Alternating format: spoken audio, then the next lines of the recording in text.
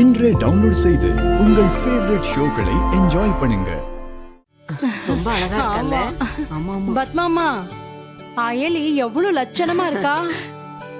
அந்த மாங்காட்டு மாரியம்மனே தரையிறங்கி வந்த மாதிரி இருக்கு. பத்மாமா, அயலிக்கு முதல்ல சுத்தி போடுங்க. இவன் மட்டும் வெளியே போனா ஊர்க்கண்ணே இவன் மேலதான் படும். அடியே ஜமுனா, ஏய் இவளை வெளியே விட்டுறாதடி. மாப்பிள்ள ரித்திகாவை விட்டுட்டு இவளை தூக்கிட்டு போயிட போறான்.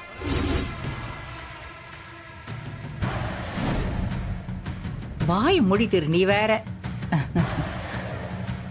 ஐயோ என் தங்கமே, நீ சாதாரணமா ரெடி ஆனதுக்கே நீ இவ்வளவு அழகா இருக்க. நீ இவ்வளவு மாதிரி மேக்கப் போட்டிருந்தா ஊரோட மொத்த கண்ணும் ஓ மேலதான் பட்டிருக்கோம். இந்தா போட்டுக்க. பாட்டி,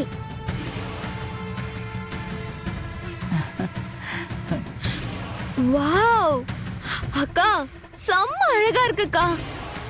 அது எப்படி சிம்பிளா இருந்தாலும் சூப்பரா இருக்க.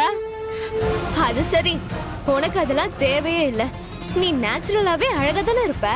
சில பேர் மாதிரி எக்ஸ்ட்ரா பிட்டிங்லாம் உனக்கு தேவையில்லை. ஏய் கண்ணு வைக்காதடி, திருஷ்டி பட்டுடும். இப்போ உனக்கு சந்தோஷமாடி? எல்லாரும் உன்னதான் பார்க்கணும், உன்னையே பாராட்டணும். அதானே உனக்கு வேணும். நான் என்ன பண்ண ரித்திகா? நீ இப்படி அழகா ரெடிட்டு வரத பார்த்து தெரியல உனக்கு பொறாம. எதுக்கடி பைத்திய மாதிரி உளறிட்டு இருக்க? நீ லட்சம் ரூபாய் செலவு பண்ணி மேக்கப் போட்டுட்டு வந்து நிக்கிற. இவ இருக்கிற சிலையை கட்டிட்டு வந்து நிக்கிறா. அவ என்னமோ வேணுனே பண்ணிட்டு வந்த மாதிரி பேசிட்டு இருக்க. அதானே பார்த்தேன். ஆகாத ஏதாவது பண்ணா நீங்க குத்தம் தானே சொல்வீங்க. அப்படிதான் நீங்க எல்லாரும் பண்ணிட்டு இருக்கீங்க. இல்ல நான் தெரியாம தான் கேக்குறேன். இவளை பார்த்து நீங்களாம் ஏண்டி பயப்படுறீங்க? அவ என்ன பயப்படுறேன்னு சொன்னாளா? அவ ஒன்னும் பயப்படல. அவ உண்மைய சொன்னா. இவ வேணும்னே தேவையில்லாம இவளை கஷ்டப்படுத்தணும்னே இப்படி எல்லாம் வந்து நின்னுட்டு இருக்கா. இப்ப எதுக்கு நிக்கிறா தெரியுமா?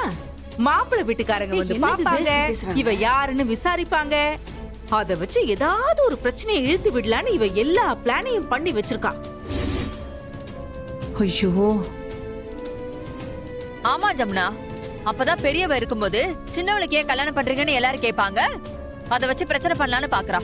ஏண்டி இப்படி அநியாயமா பழிய போடுறீங்க? உங்க மனசாட்சி தொட்டு சொல்லுங்க. இவ எப்படிப்பட்ட ஆளா? ஏமா, நீங்க குறை சொல்லணும்னு முடிவு பண்ணிட்டா என்ன வேணாலும் சொல்வீங்களா? இங்க பாரு, நான் சொல்றத தெளிவா கேட்டுக்கோ. மண்டபத்துல அங்கேயும் இங்கேயும் சுத்திக்கிட்டு இருந்த அவ்வளவுதான். எங்கேயாவது ஓரத்துல போய் உட்காரணும். அப்படி யாராவது வந்து உனக்கு ஏன் இன்னும் கல்யாணம் ஆகல, என்ன விஷயம்னு கேட்டாங்கன்னா ஜாதகத்துல எனக்கு தோஷம் இருக்கு, அதான் எனக்கு கல்யாணம் ஆகலன்னு சொல்றேன். புரியுதா?